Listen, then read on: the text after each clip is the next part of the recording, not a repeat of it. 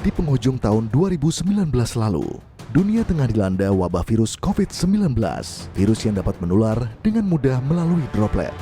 Hal ini memaksa berbagai sektor pemerintahan, terutama TNI sebagai Angkatan Bersenjata Republik Indonesia, yang memiliki kewajiban untuk melindungi segenap masyarakat Indonesia, tanpa terkecuali sebagai garda terdepan dalam mensosialisasikan kebiasaan baru untuk menghindari penularan dan mencegah penyebaran virus di kala pandemi corona. Tidak seperti penugasan sebelumnya, Satgas Pamtas Yonif 623 Bakti Wira Utama dihadapkan dengan situasi pandemi COVID-19, di mana hal tersebut menjadi tantangan yang sebelumnya tidak terbayangkan. Untuk saat kami melaksanakan tugas pertama di sini, karena waktu itu merupakan zaman COVID-19, sehingga waktu masuk kami satu pos melaksanakan karantina mandiri selama 2 minggu pertama. Saat itu mungkin saya dengan anggota merasa warga mungkin agak menjauh. Tapi kami sadari juga itu karena COVID-19, pandemi corona. Tetapi setelah itu saya dengan anggota setelah 2 minggu mendekat ke masyarakat, akhirnya masyarakat mulai merespon, oh karena kemarin karantina akhirnya seperti itu. Tetapi ternyata setelah kami mendekati, responnya luar biasa baik. Sehingga setelah itu kami mulai makin akrab, makin mulai dapat bekerja sama dengan baik. Tantangan utama yang dihadapi salah satunya adalah keberlangsungan kegiatan Bina Teritorial yang merupakan fungsi utama TNI AD sebagai bentuk pengabdian dan kemanunggalan TNI bersama rakyat. Oleh karena itu, Satgas Pamtas Yonif 623 menggelar kegiatan Bina Teritorial dengan berusaha untuk tetap memperhatikan protokol kesehatan yang berlaku. Merespon dihentikannya sementara kegiatan belajar mengajar di sekolah, serta kurangnya tenaga pendidik di Kabupaten Nunukan akibat dari situasi pandemi, Satgas Pamtas Yonif 623 mengatur komposisi anggota yang menempati tiap pos pengamanan dengan mewajibkan terdapat 2 orang anggota sebagai tenaga pendidik. Hal lain dari merespon berhentinya kegiatan belajar mengajar ini adalah dengan membuka kelas umum, dengan memanfaatkan garasi yang terdapat di markas komando taktis. Di mana di perbatasan kurangnya tenaga pendidik dikarenakan masa pandemi Corona 19 ini. Alhamdulillah sudah berjalan hampir 6 bulan ini, banyak yang antusias murid-muridnya dari sekitaran.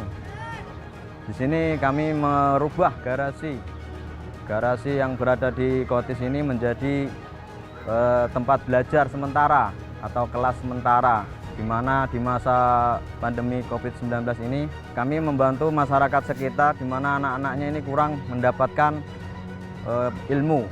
Jadi kami di sini membuat kelas, membuat meja sama kursi sendiri swadaya dari box logistik kami, di mana kami rubah sedemikian rupa dari bengkel tempat parkiran truk menjadi kelas yang akhirnya kami manfaatkan hingga sampai saat ini. 25.000 berapa? Berangkat nomor 3. Alhamdulillah kita sudah berjalan 6 bulan saat pandemi corona ini. Saya senang dan ikhlas mengajar anak-anak karena mereka antusias datang setiap hari untuk menimba ilmu.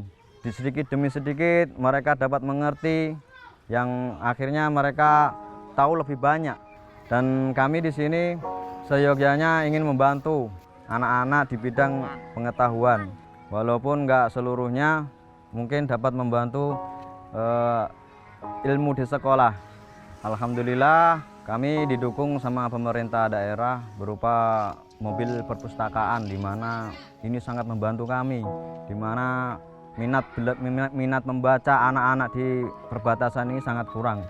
Jadi kami di sini sebagai guru pendidik, jadi artinya anak-anak itu bisa membaca buku karena buku adalah jendela dunia. Jadi murid-murid bisa membaca, bisa mengetahui pengetahuan dari luar, dan saya sangat berterima kasih atas bantuan dari pemerintah daerah berupa mobil perpustakaan.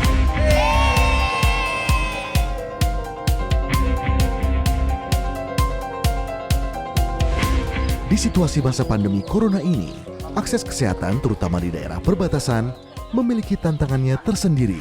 Selain kewajiban mengayomi dan melindungi masyarakat, sebagai garda terdepan, Satgas Pamtas Yonif 623 juga menyiapkan tenaga kesehatan beserta kebutuhan obat-obatan dan alat kesehatan yang dibutuhkan oleh masyarakat yang tinggal di perbatasan dikarenakan sulitnya mengakses fasilitas kesehatan. Ya, kita infanteri reguler, ya, yang memiliki kemampuan dasar infanteri. Apabila kita kaitkan dengan kemampuan tempur kemampuannya adalah mencari, mendekati, dan menghancurkan musuh. Nah, kebetulan kita sekarang diberi kesempatan untuk tugas yang OMSP, ya, operasi militer selain tempur. Berarti kemampuan-kemampuan yang harus dimiliki prajurit itu harus kita isi. Ya, kita isi pada saat kita melaksanakan siap tugas, saat pratugas. Ya, yang tadi saya jelaskan di awal bahwa salah satu kemampuan yang harus dimiliki kemampuan gakes. Ya, jadi ada anggota-anggota yang memang kita isi kemampuan-kemampuan tenaga kesehatan. Jumlahnya cukup banyak. Hampir setiap pos itu 2 orang punya kemampuan kesehatan. Sampai dengan kemampuan khitan. Dengan panjang gelar perbatasan antara Kabupaten Nunukan dan negara Malaysia sepanjang 500 km dan beragamnya macam medan yang harus ditempuh, tentu saja permasalahan utama yang dihadapi adalah pendistribusian logistik untuk kebutuhan sehari-hari dan menjalankan operasi. Beberapa pos pengamanan perbatasan berlokasi cukup jauh dan memiliki medan yang cukup sulit untuk ditempuh sembari membawa perlengkapan logistik. Jarak dan kondisi medan tersebut juga menyebabkan lama waktu tempuh hingga berhari-hari jika dicapai melalui jalan darat ataupun air. Oleh karenanya, kebutuhan logistik untuk keseharian dan jalannya operasi didukung dengan dukungan udara oleh helikopter dalam pendistribusian logistik.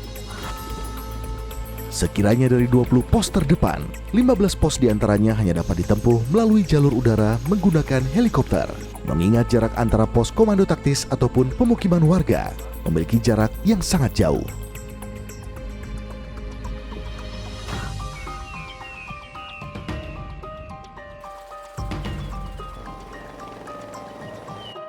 Pos terdepan memiliki letak di antara perbukitan serta dikelilingi hutan lebat.